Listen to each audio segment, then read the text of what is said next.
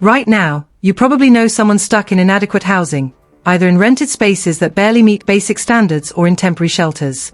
The stark reality is that we simply lack the social housing necessary to meet the demands of the population. And while politicians, including Keir Starmer, make grand claims about wanting decent homes for everyone, their actions tell a different story. Starmer and his party's decision to vote against the government's nutrient neutrality plans, which allegedly could have facilitated the construction of 100,000 new homes, is a blatant contradiction.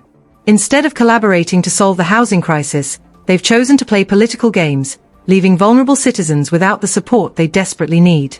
What's more frustrating is the refusal of Starmer and his party to engage with the very people they claim to represent. You'd think that in the face of widespread protests from farmers and housing advocates alike, Labour would be eager to sit down and listen. Instead, they seem more interested in posturing than problem-solving. The message is clear: they don't genuinely care about the issues that affect everyday people as much as they care about their political image.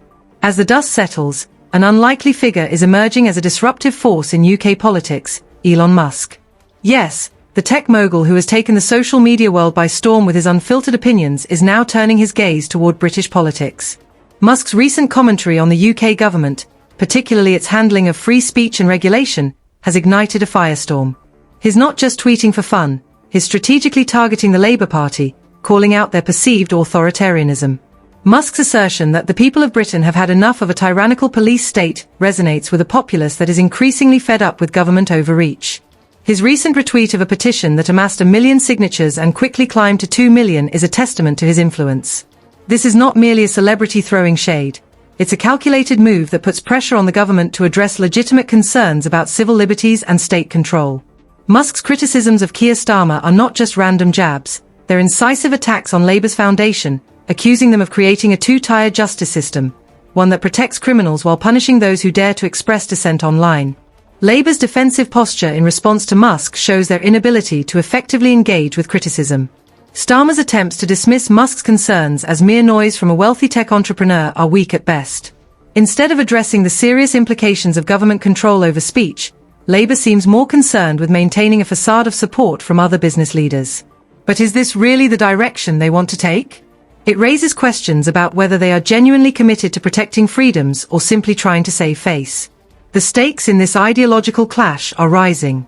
Musk's hints about potential fallout for UK-Tesla relations add an economic dimension to the already heated political debate. But the real kicker? Musk's rumoured $100 million donation to Nigel Farage's Reform UK party could be the game-changer that disrupts the traditional two-party system. This isn't just a fight between Labour and Conservatives anymore, it's an existential threat to the established political order as we know it. Farage, long dismissed as a fringe figure, is now finding himself in a position of unexpected power. His ability to tap into public discontent and position himself as a champion for the people is remarkable. He's not just talking about immigration and housing, he's articulating the frustrations of everyday citizens who feel ignored by both major parties.